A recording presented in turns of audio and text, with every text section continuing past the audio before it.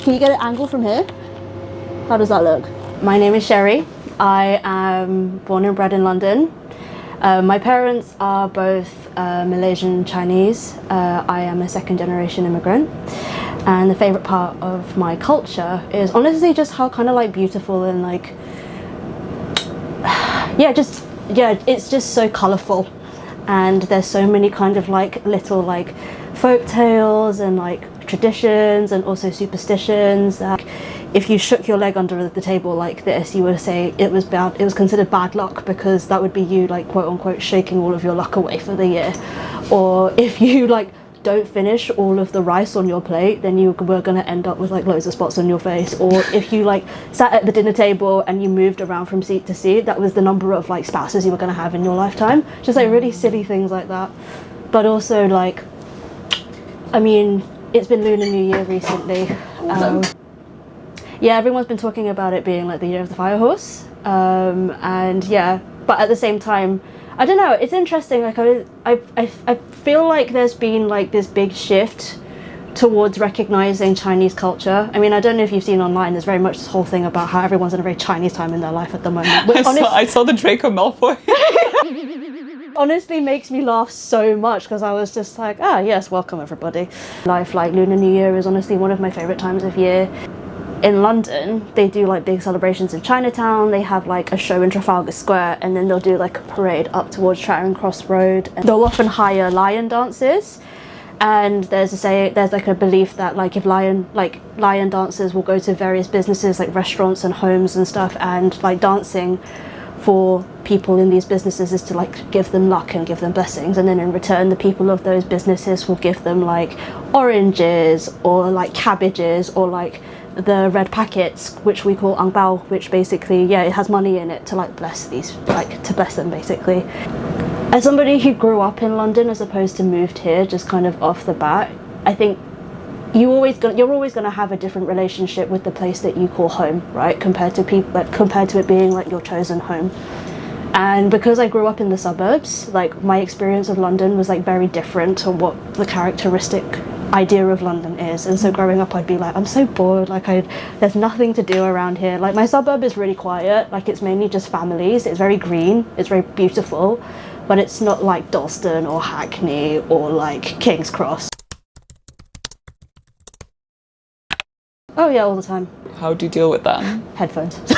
In general, like outside public spaces, especially when it's winter, I always wear a hoodie because I love the feeling and sensation of like having something to protect my head, because it makes me kind of feel like sensorily safe. Like, especially if you're traveling around, if you're having to do a lot of darting around London and you're having to go during rush hour, like, oh my god, getting on the Victoria line at 6 o'clock, you're just like, I want to die, get me out of here.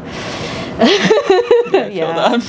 So yeah, I think my way of dealing with it, if I'm being really honest, I kind of go into sort of like blank disassociation mode and just sort of focus on just trying to like, weirdly enough, I guess just staying in my head to kind of forget about what's happening around me to a degree. But yeah, I think growing up here, I'm also very good at being able to weave and dart through people on platforms, especially being small as well. So I've worked out how to do that fairly well. Oh, good question. I do a lot of breathing exercises, deep breathing. My partner, he is a martial arts teacher, so he's quite well versed in like breathing techniques and stuff, because they need to use it for like maintaining their like energy basically. But he basically taught me this one, which was like, if you breathe in through your nose and imagine the breath going up through your head and down your back, like just your mind thinking about breathing like that sends that sensation down your body. And when I started doing that, like I could actually physically feel my body just kind of sinking, which is really, really nice. I also do this thing called the emotional freedom technique, which was what one of my therapists taught me, where you basically tap like certain sensorial like pressure points, energy spots, and that helps to calm down usually. If I'm getting in from home, honestly, very like typical and cliche, but just getting into my room, lying on my bed and staring at the wall for like a good 5 minutes, just to sort of let the brain decompress from the outside world. Because I think especially in this day and age, there's this kind of tendency to always be like, go, go, go, go, go, go, go, go, go. But The older I get and the more I realise that modern life is a bit of a scam, I'm just like, I just don't think human beings were designed to be like on all the time at all. So yeah, I allow myself to be bored and to stare into the space, because being bored is part of being healthy, which is being human, you know? Preach. So I am a musician. I am a classically trained pianist and violinist. I also teach piano as one of my jobs, and I learned to DJ when I was about 21, and then was fairly lucky to have like good opportunities and gigs, and yeah, a DJ career out of that. Basically, I wasn't expecting that at all. Like, that happened completely accidentally. It was one of those where I felt like I could never really do it, because at the time it was just all mainly boys who did it, and like I felt like all of the girls who were DJing at the time were very much kind of like cliquey and had their own very kind of like set images, like we're the ones who DJ and like you can't participate. But I was very fortunate that when I was about 22 and I started my master's program, I met some people and I met some really good friends who ran DJ workshops, and they asked me to go along, and I tried it and I fell in love with it, and I would just go around to their house every week, and they had some decks, and we would honestly just spend Saturday nights just drinking and DJing. And then 6 weeks later my friend turns around to me and goes, I booked you one for a DJ set for Bumble, have fun. And I just went, excuse me. I used to be a competitive dancer as well, trained in ballet, tap, modern, did a little bit of street here and there, but very sporadically, jazz as well. Was competitive all the way up until university. Was in the dance team in my first year, but again, didn't love the culture, so I left. Didn't dance again for the next 7 years. At the time when I started dancing again, I was like, I want to do heels, because I was watching loads of heels videos at the time. A friend of mine had like taught me a heels routine, because she's actually a professional dancer. I think, if I'm being really honest, just not thinking about it, kind of just rolling with it and taking any opportunity that arises. If it makes sense to you, like in your gut, then it makes sense to you. Even if other people are confused by it or have questions. Like, bless, my dad's very traditional, and despite the fact that I've like been able to somewhat sustain myself through this process, he's always like, so when are you going to get a proper job? And I'm just like, sorry, are all of these creative endeavors that make me happy not considered like a proper career? Like, bless, he was really happy for me when I got that that corporate job. Like, I could see in his eyes that he was like, okay, cool, like my child has made it. And so quitting almost felt really hard, because I felt like I was disappointing him, which was way tougher than disappointing myself. And every now and then he still makes comments about it, being like, oh, it's a shame that didn't work out. And I'm just like, yeah, I know that, but like, I'd rather you not say that, because I was deeply unhappy and I was very unwell, and I wasn't eating lunch because there was no time for lunch, you know? How do you put up boundaries with people like that in your life that don't necessarily support what you do? I just sort of nod and go, that's nice. It used to really annoy me, but the older I got and the more confident I became in myself and like listening to what my body wanted and my heart wanted rather than what someone else was telling me. I have empathy as well, and I also consider that my dad was in a very different position. Both my parents were in different positions to me. Like, both of them were immigrants who came over to the UK when they were teenagers. They were kind of like left to fend for themselves, and you know, they were working like 12-hour shifts at like a burger shop whilst also studying to be accountants. Like, they had to do that. It was also their way of surviving and staying in the country. So for them, success looks like survival. And I'm very blessed that I get to do what I do because of the path that they made for me.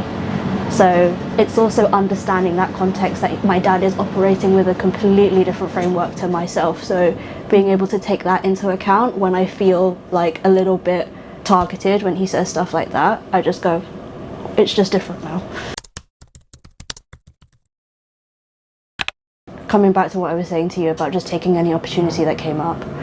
And as I said, after I quit my corporate job and left my corporate job, I was so tired, I just didn't have energy to like even think about anything.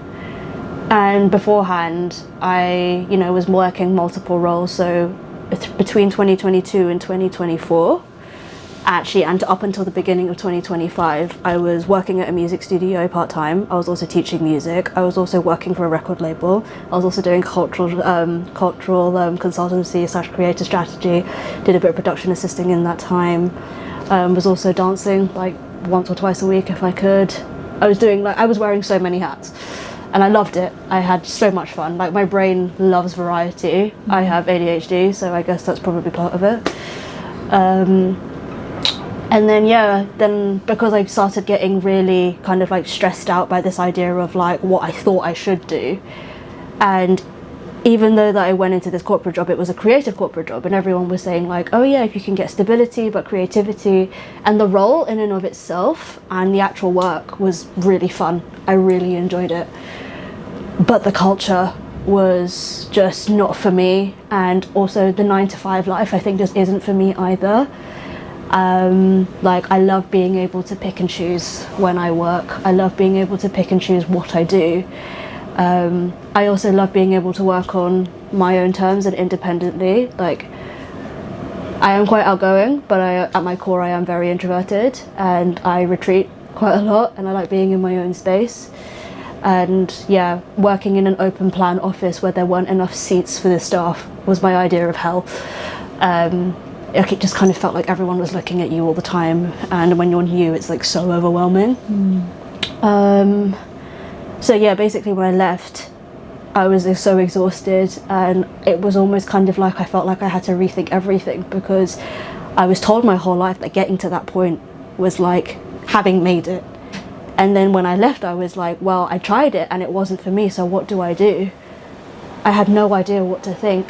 And I think my brain was just so tired from trying to work out what was next. I was just like, I just need to do something that like buys time, but also pays me, but also doesn't like, drain all of my energy. But even then it took a while to even find the motivation to look for jobs to do that, because yeah, like getting a cafe job in this day and age is actually like quite tough. I just want to make people happy. And I also want people who look like me to think, okay, I can do it too. Because the reason I am where I am is because I looked at other people who looked like me and who were like me, who were doing the things I wanted to do, and I went, well, if they can do it, then I can do it. Yeah, there's a lot more like diversity now, but growing up, like, it wasn't very common to see East and Southeast Asians on screen in public spaces doing creative things especially. So I often felt like anytime I wanted to do anything creative, like it just wasn't an option for me because I never saw it. And the fact that that's changing, or I've had people come up to me and be like, it's so cool seeing what you're doing, like it makes me feel like I can do it too, or like I want to do it. I'm like, that's the whole part of it. Like, honestly, just having like people saying to me that I've inspired them to try it, or something I've done has made them just really happy and they've just enjoyed it. Honestly, that's all it is for me. I think I've always been pretty, like, I have two modes. I either overthink everything or don't think about anything. But if it's something that really excites me and I look at it and I go, that's cool, I'll just go and do it. Like, for example, when I started dancing again for the first time and took up heels, I was absolutely terrified, but I just went, I have this kind of mentality where I just go, oh, fuck it, and just go. To be honest, I'm still figuring it out, because especially when you're somebody who has like lots of like various different disciplines, it is tough to do them all at once. Like, I do find that sometimes certain ones take a back seat whilst other ones come to the forefront. Like, I didn't dance for 7 years, and then I did, and then in that time music took a back seat. And it kind of like chops and changes from that.